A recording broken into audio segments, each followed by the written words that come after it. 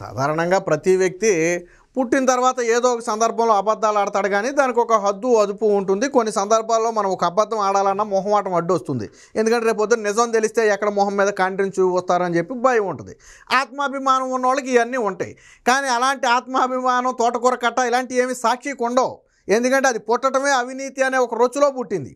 అవినీతి రొచ్చులో సాక్షి పత్రికకు జగన్మోహన్ రెడ్డి రూపాయి పెట్టల. ఇది నేను చెప్పింది కాదు.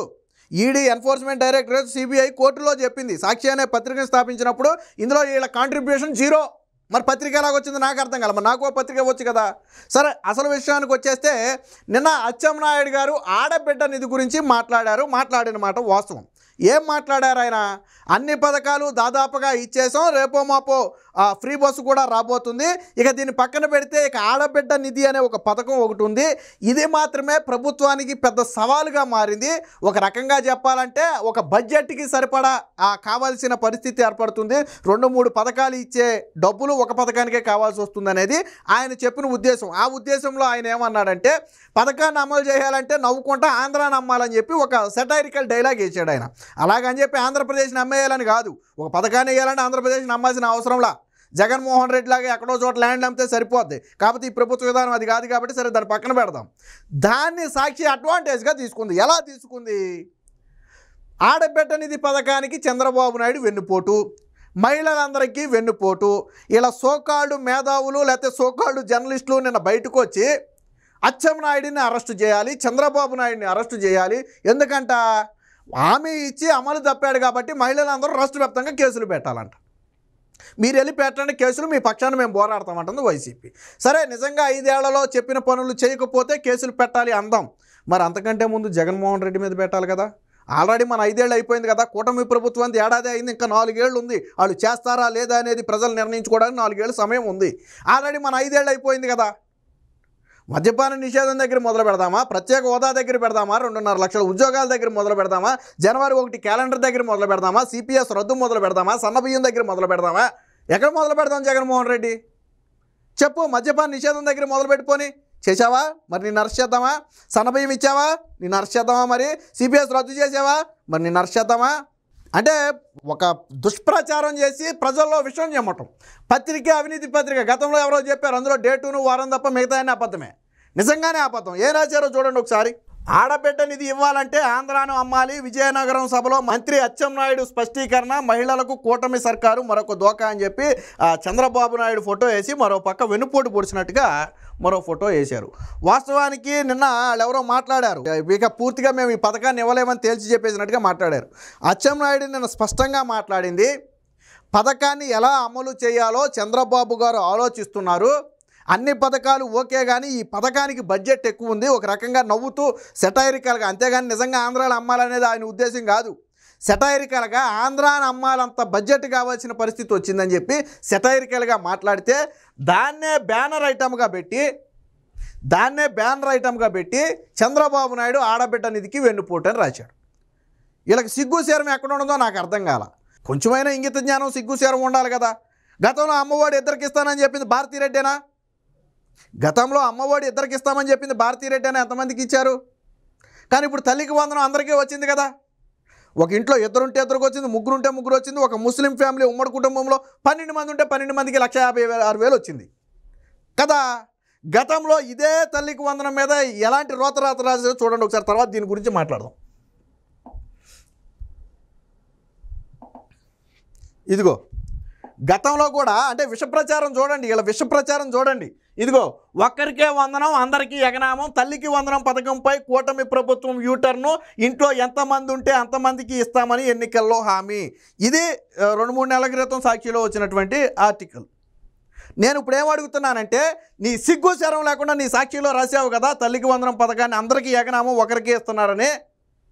మరి ఇప్పుడు అందరికీ ఇచ్చారు కదా, నువ్వు క్షమాపణ కోరుతూ ఒక ఆర్టికల్ రాయి. నేను భారతీరెడ్డిని అడుగుతున్నా, భారతీరెడ్డిని ఎస్ మేము ఫలానా రోజు ఒక ఆర్టికల్ వేసాం, అది తప్పు. కూటమి ప్రభుత్వం అందరికీ ఇచ్చింది. నీకు నైతిక విలువలుంటే, పత్రికా నైతిక విలువలుంటే, జర్నలిజం నైతిక విలువలుంటే నువ్వు ఒక ఆర్టికల్ మాది తప్పు అయిందనే. సాధారణంగా చూడండి, ఏదైనా ఒక పేపర్లో ఏదైనా ఒక వార్త వచ్చి తరువాత అది తప్పు అని వాళ్ళు భావిస్తే వెంటనే మర్నాడు మొదటి పేజీలోనే దాని వివరణ ఇచ్చి క్షమాపణ కోరుతారు. ఎస్ మేము ఇలా అనుకున్నాము, తప్పు ఇది జరిగింది, క్షమించండి అని చెప్పి ఒక క్షమాపణ కోరుతూ వివరణ రాస్తారు. మరి నేను సాక్షి పత్రికలో ఏ రోజైనా రాసావా? నువ్వు తల్లికి వందనం ఇవ్వట్లేదు అని రాసావు, ఇప్పుడు ఇచ్చారా లేదా? నేను ఒకటే మాట అడుగుతున్నా. ఇలాంటి బోగస్ ఆర్టికలే ఇప్పుడు రాసిన ఆర్టికల్. ఇది ఒక బోగస్ ఆర్టికల్. ఎందుకంటే తల్లికి వందనం ఇచ్చారు. తల్లికి వందనం ఒకళ్ళుంటే ఒకళ్ళు, ఇద్దరుంటే ఇద్దరు, ముగ్గురుంటే ముగ్గురు, 10 మంది ఉంటే 10 మందికి వచ్చింది తల్లికి వందనం. జగన్మోహన్ రెడ్డి మొదటి ఏడాది 40 లక్షల మందికి ఇస్తే కూటమి ప్రభుత్వం 67 లక్షల మందికి ఇచ్చింది. అంటే అదనంగా 27 లక్షల మందికి ఇచ్చింది. మాటలు కాదు, ఇది ఒక బోగస్ వార్త. ఇలాంటి బోగస్ వార్త ఇప్పుడేం రాశారు? అప్పుడు చూడండి, మేనిఫెస్టోలో ఏం పెట్టారంట? 15,000 అని పెట్టారంట. ఎన్నికల ప్రచారంలో 15,000 అని చెప్పారంట. కానీ స్కూల్కి వెళ్ళే ప్రతి విద్యార్థికి 15,000 ఇస్తామని, జమ చేస్తామని మేనిఫెస్టోలో ప్రకటన. జీవో నెంబర్ 29లో ఒక్కరికి మాత్రమే అంటూ స్పష్టీకరణ. 1 కోటి మంది పిల్లలను నిలువునా మోసం చేస్తున్న సీఎం చంద్రబాబు. ఒకవేళ చంద్రబాబు గారు మోసం చేశారో లేదో పక్కన పెడితే నువ్వు మోసం చేసావు. ఎందుకంటే మీ భార్య 2 పిల్లలకి ఇస్తామని చెప్పింది. కావాలంటే వీడియోలు ఉన్నాయి, వేస్తా కాదు, ఇప్పుడు సమయం లేదు. ఇలాంటి బోగస్ ఆర్టికలే ఇప్పుడు రాసింది కూడా చూడండి. నేను ఎందుకు సాక్షిని విమర్శించానంటే ఉత్తినే విమర్శించలా, కనీసం నైతిక విలువలు ఉండాలా. తల్లికి వందనం రాదు అన్నారు, వచ్చింది. ఇప్పుడు కూడా ఆడబిడ్డనిది రాదు అని రాశాడు, కానీ రేపు పొద్దున వస్తుంది. నేనేమంటానంటే, నువ్వు క్షమాపణ అడుగుతావా? కూటమి ప్రభుత్వానికి క్షమాపణ అడుగుతావా? నీ సాక్షిలో ఎస్ నేను తప్పు ఆర్టికల్ రాశాను, నన్ను క్షమించండి అని చెప్పి నువ్వు తిరిగి ప్రజలకు సంజాయిషీ ఇస్తావా? ఆయన ఎక్కడైనా సరే మేము ఈ పథకాన్ని అమలు చేయలేము అని అచ్చెన్నాయుడు గారు చెప్పారా? ఆయన అన్నమాట ఒకటి, దాన్ని అమలు చేయాలంటే బడ్జెట్ ఎక్కువ అవుతుందనే మాట చెప్పడం కోసం, అంటే ఎక్కువ ఖర్చు అవుతుందని చెప్పడం కోసం ఆంధ్రాని అమ్మాలని ఒక సెటైరికల్ డైలాగ్ వాడాడు. ఆ సెటైరికల్ డైలాగ్నే వీళ్ళు మెయిన్ హెడ్డింగ్గా చేశారు. ఆయన సెటైరికల్గా అన్నాడు. ఇప్పుడు ఏదో చూడండి, సాధారణంగా ఎవరైనా ఇంట్లో పిల్లలేదని అడిగారు అనుకోండి, నీ గొంతమ్మ కోరికలు తీర్చాలంటే ఉన్న ఆస్తి అంతా అమ్మాలంటారు. అంటే ఆస్తి అంతా అమ్మేస్తామనా? పిల్లలేదని అడుగుతారు, గొంతమ్మ కోరికలు మనమేడ తీస్తాను, ఆస్తి అమ్మాలి, లేదా ఈ ఇల్లు అమ్మాలి, పొలం అమ్మాలి అని అంటారు. అలాగని అమ్మేస్తారా? నేను అచ్చెన్నాయుడు గారి ఉద్దేశం కూడా అదే. వాస్తవానికి మిగతా పథకాలతో పోలిస్తే ఆడబిడ్డ నిధికి బడ్జెట్ ఎక్కువ కావాలి. ఆ మాట చెప్పడం కోసం వాడిన పదమే ఆ పదం.